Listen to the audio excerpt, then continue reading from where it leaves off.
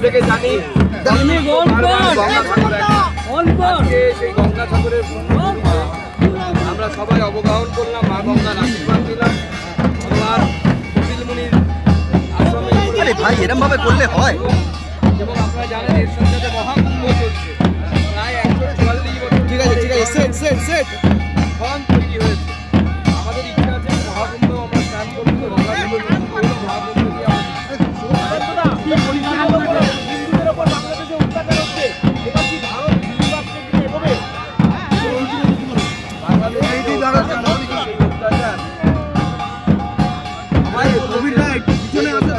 নে এনে বলবি তো,